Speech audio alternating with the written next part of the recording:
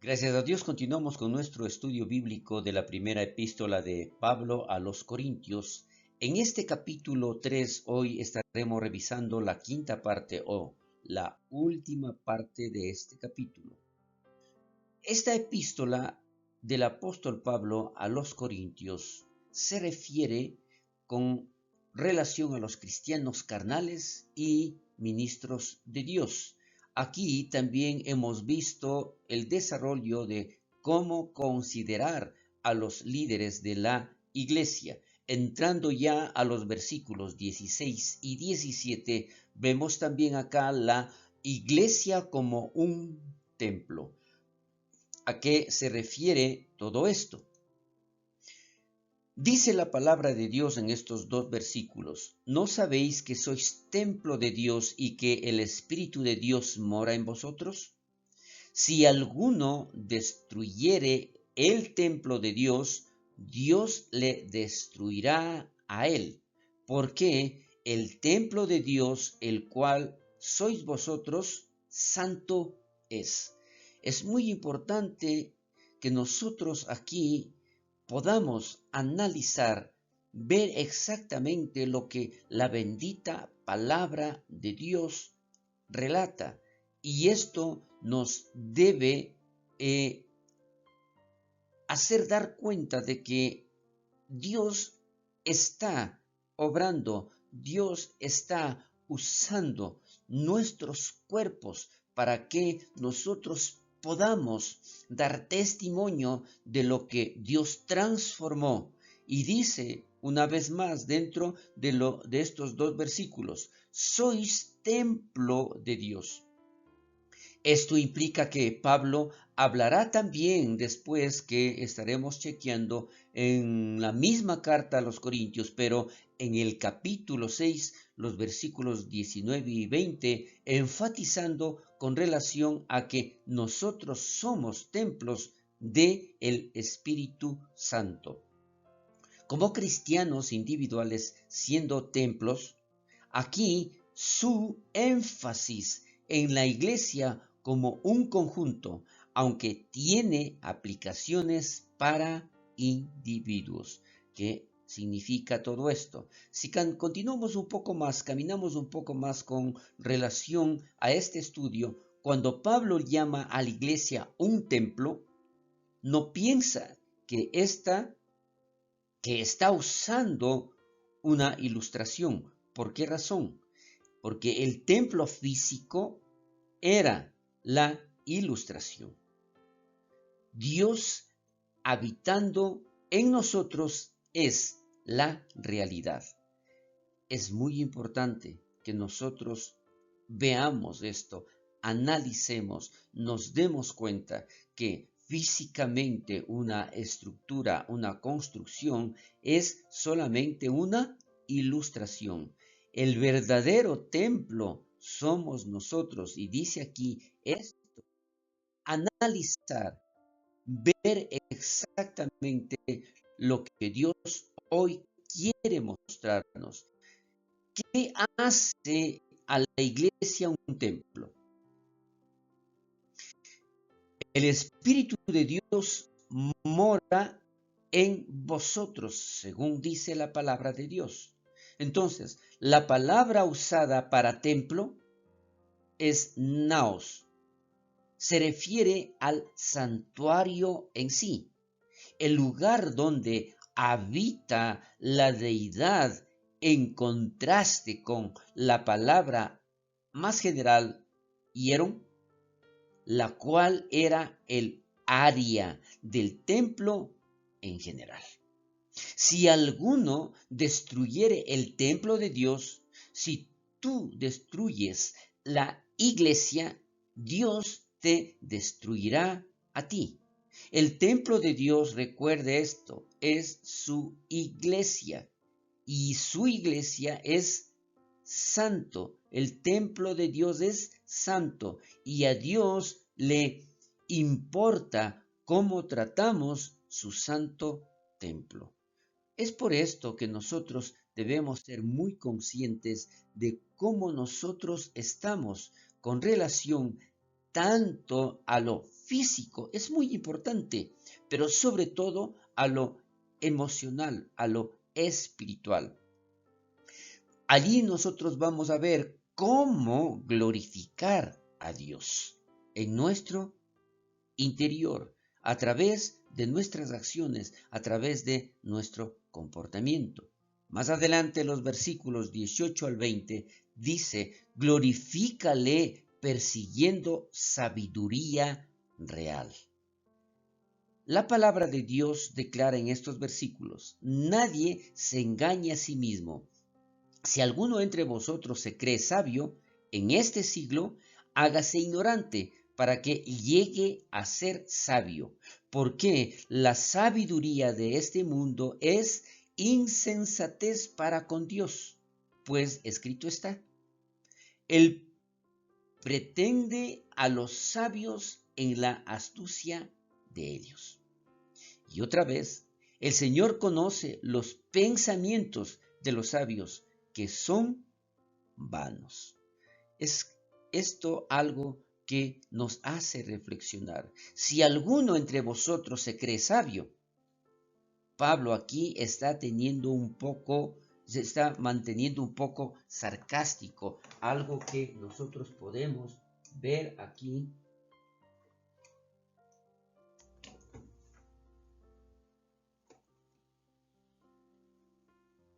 de cómo se menciona. Recordemos, si alguno entre vosotros se cree sabio, lo que está diciendo es algo para nosotros reaccionar. Desde luego, los corintios se consideraban sabios en ese siglo. Ese era uno de sus problemas, porque su amor por la sabiduría del mundo, ¿qué es lo que sucedía? Les hacía actuar de otra manera, no como deberían. Recordemos cuál era el comportamiento de cristianos carnales y ministros de Dios. Aquí viene una pregunta. ¿Qué es lo que hay que hacer si son sabios en este siglo? Si son sabios de acuerdo con la medida humana de sabiduría, deben hacerse ignorantes para que lleguen a ser sabios.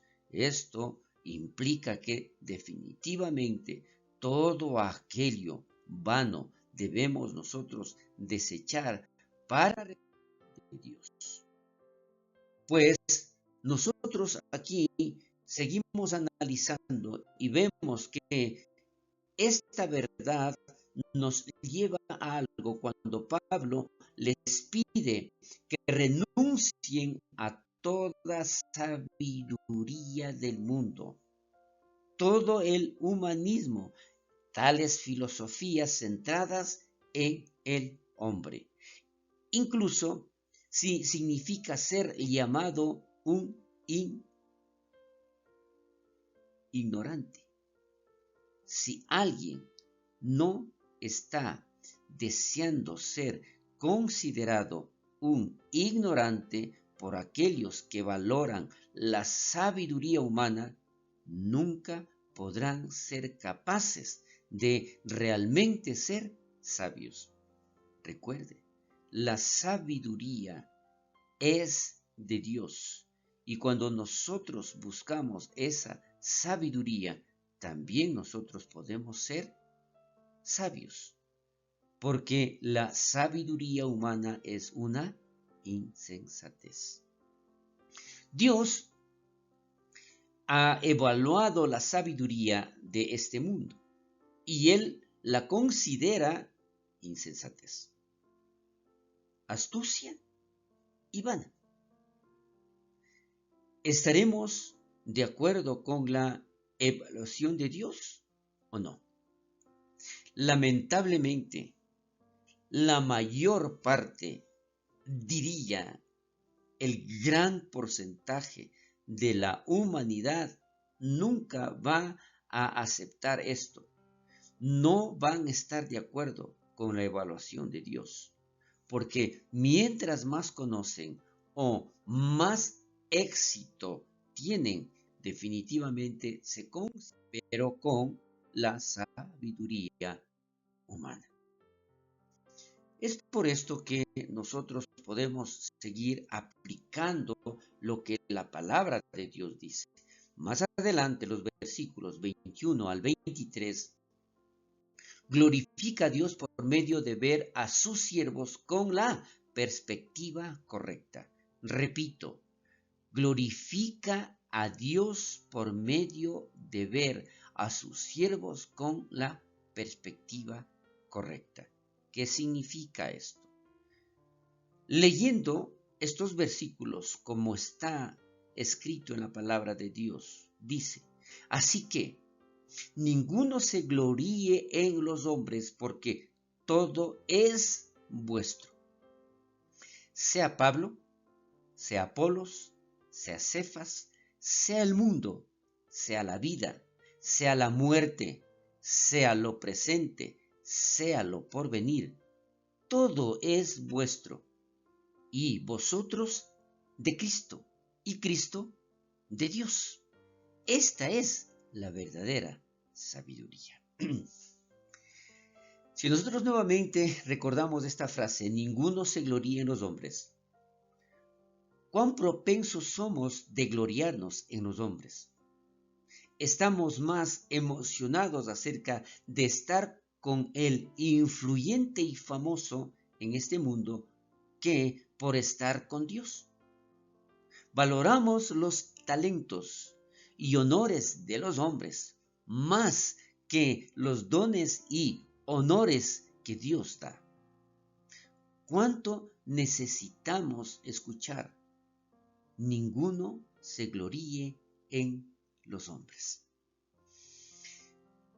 Es para meditar, es algo que nosotros aquí podríamos hacer una pausa y darnos cuenta de lo que Dios nos está diciendo, porque en realidad lo que más valoramos es lo material, lo que más valoramos es lo que el hombre tiene, lo que el hombre conoce, lo que cómo el hombre está actuando y haciendo algo supuestamente provechoso para su vida.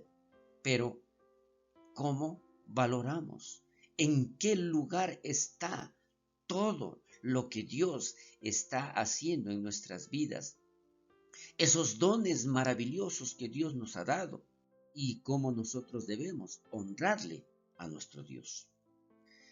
Esta frase, todo es vuestro, decir, yo soy de Pablo o yo soy de Apolos, es tener una visión que es muy estrecha, muy constreñida. Tanto Pablo como Apolos te pertenecen. El universo entero es tuyo en Cristo. Por lo tanto, aquí nosotros vemos que somos de Cristo y al ser de Cristo nosotros debemos actuar de otra manera, porque incluso la muerte es nuestra sierva, no nuestra dueña.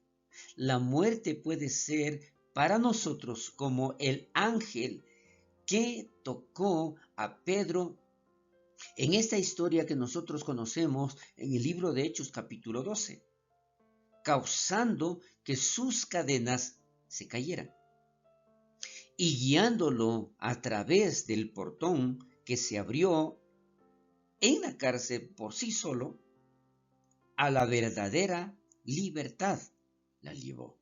Entonces, esto es lo que nosotros tenemos que ver, que definitivamente todo es nuestro. ¿Por qué? Nosotros somos de Dios. Nosotros somos de Dios a través de nuestro Señor Jesucristo.